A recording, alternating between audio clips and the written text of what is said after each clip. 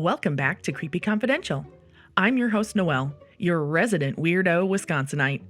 I open case files on my favorite cryptids, cults, conspiracies, and otherworldly creepy. Bringing you new cases, live broadcasts, local lore, and in Season 2, we bring you the Cult of the Month. So get ready, creeps. It's Season 2 of Creepy Confidential.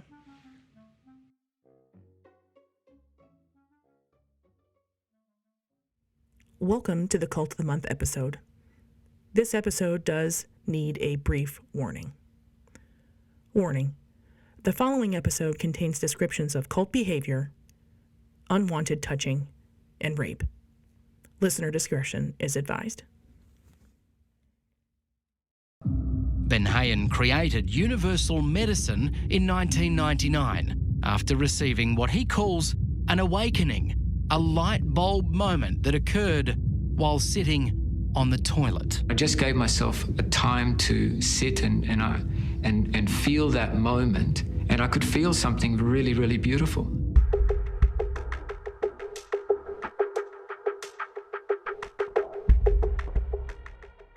Welcome back, creeps, and welcome to the Cult of the Month. This month, we're going to be discussing a cult called Universal Medicine, also known as Unimed, from New South Wales, Australia. This one starts out like any basic spa-like group, and then it took a turn for the cult, and then all of a sudden it took a turn for the creepy. So let's discuss. The first thing I'll start off with is their mission statement. This is on their website, and it is in bold on their website. Quote, Universal Medicine is committed to providing complementary health and healing services that are universal in their approach towards medicine and healing. Now, from the beginning, this doesn't sound quite so bad, but all of a sudden, we take a hard right.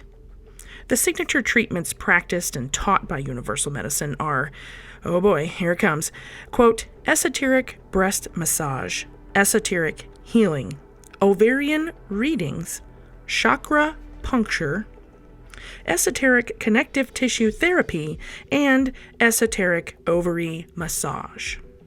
Universal Medicine was formed in 1999 by Serge Benhayon. He cooked up this little idea while he was sitting on the toilet and dreamed up the idea after hearing voices.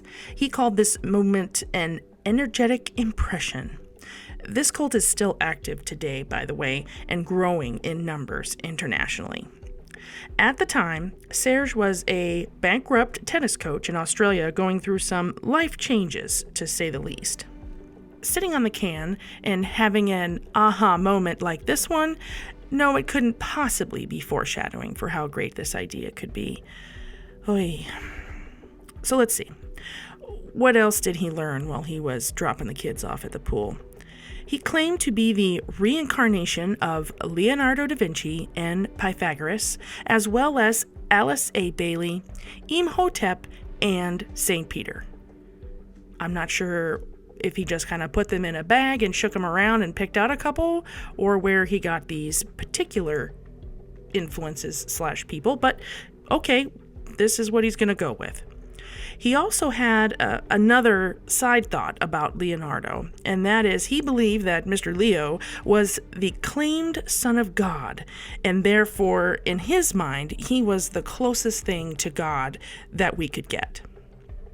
He was born in Uruguay, but Sydney raised. He worked his way up being a professional tennis coach, but according to him, he didn't want to pursue his current life, but he had been chosen. So what does Universal Medicine provide? It sells esoteric healing products, music, publications, workshops, courses, but it's straight, full out is a cult. Australia themselves deemed them dangerous to the people. More on that later. Now, this group was flying under the radar for the most part until a whistleblower of a client spoke up. Universal Medicine provides group sessions, solo sessions, retreats, and literature to help people in their journey. All treatments are devised by the non-registered health practitioner, Serge himself, who has claimed the business grosses at least 2 million Australian dollars a year from courses and retreats. So let's talk about some things that they believe. Some of these are quite fantastical. Let's start with a doozy. So one member spoke of another member during an all-male retreat that he was playing with his backside, and apparently their word on this is that we have anal energy snakes that this man was allegedly trying to remove. They also believe that there is a master race of aliens that are 9 feet tall, have no feet, and that are out among us smelling out the higher level humans. The diet this group has spoke on has varied, with some foods being deemed good or bad as time goes by. And the one thought that I found hilarious, that carrots are as bad as heroin. I'm not quite sure where that one comes from, but that is indeed something that they have been quoted. They also believe that 1 meal a day is the way to go as far as dietary lifestyles. What's crazy is that one married group followers had to have their 10-month-old baby taken to the hospital because it was so extremely emaciated following this dietary guideline. Now, I couldn't find any additional information on what happened with the baby, if it went back to the family, but that just shows how crazy they're willing to go when it comes to following these guidelines by the man who says that he is the closest thing to God that anybody's going to get. A few beliefs they have that are also jaw-dropping.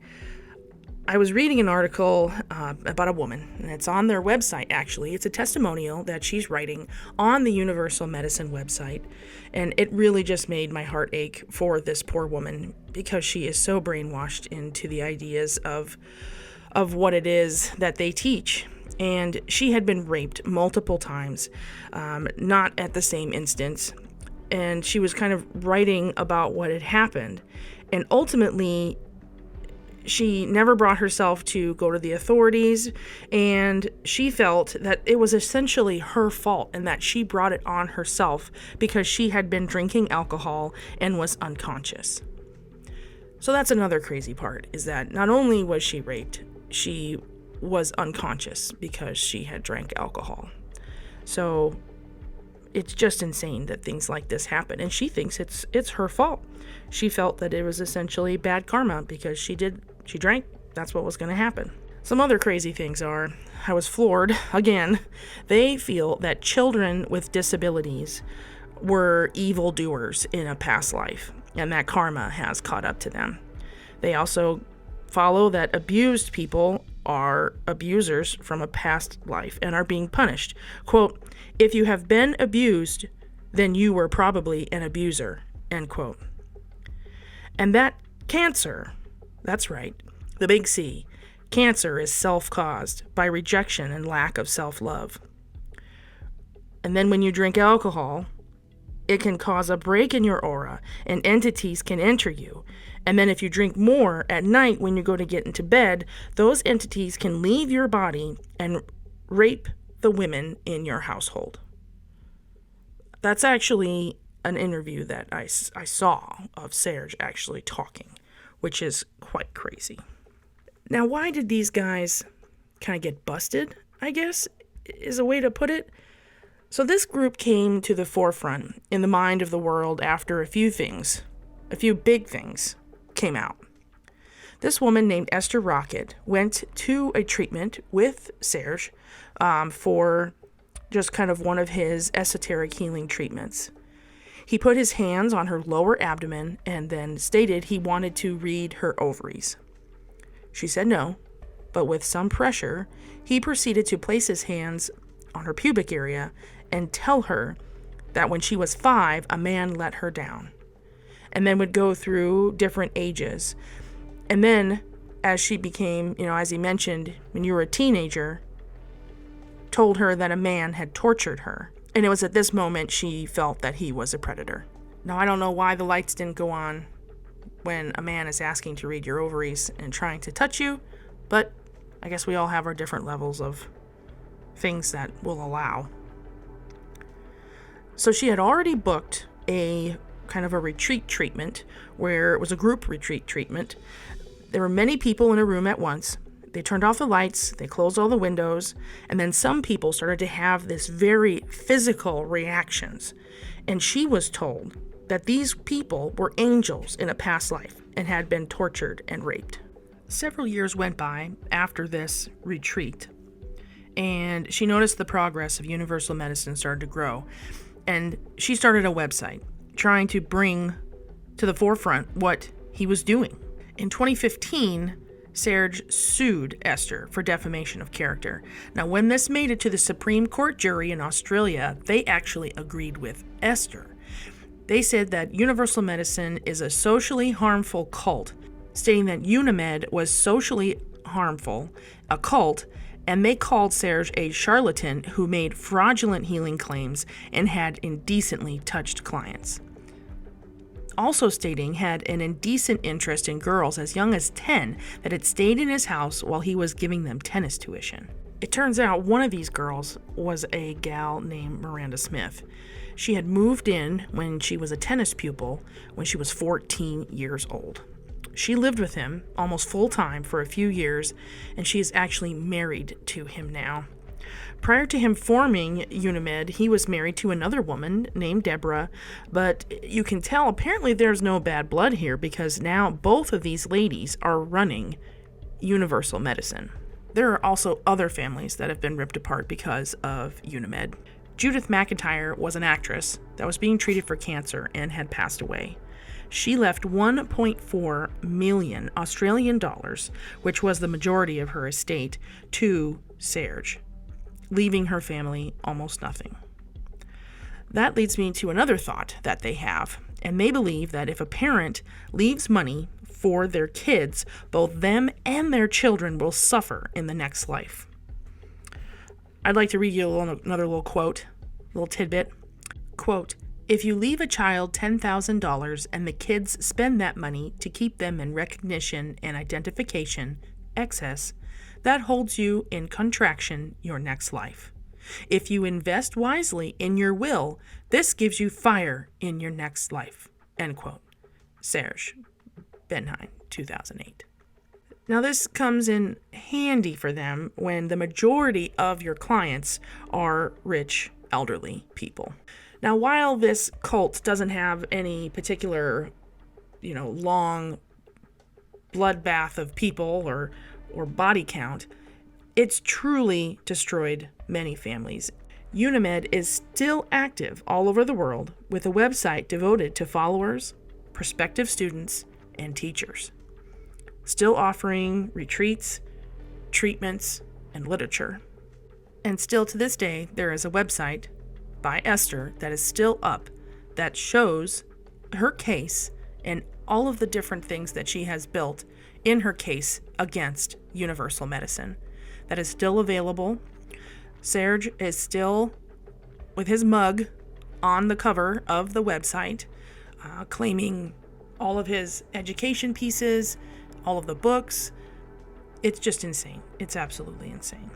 So that's why we had to cover. A little crazy, a little creepy, all the above. So this month on Creepy Confidential, we have a couple cool things here. Let me get my little calendar out here. So we covered this one, of course. We're going to be talking about leprechauns, guiding into, of course, St. Paddy's Day. And then, actually, this Saturday, I'm going to be attending the Frogman Festival in Mason, Ohio. And I'm hoping to bring you, at the end of the month, we're going to talk about the Loveland Frog, another local cryptid for any of you Ohio people. So stay tuned. And, of course, follow us on YouTube, Instagram, and wherever you listen to your favorite podcasts, which, of course, is Creepy Confidential. And we'll talk to you later. Bye, creeps.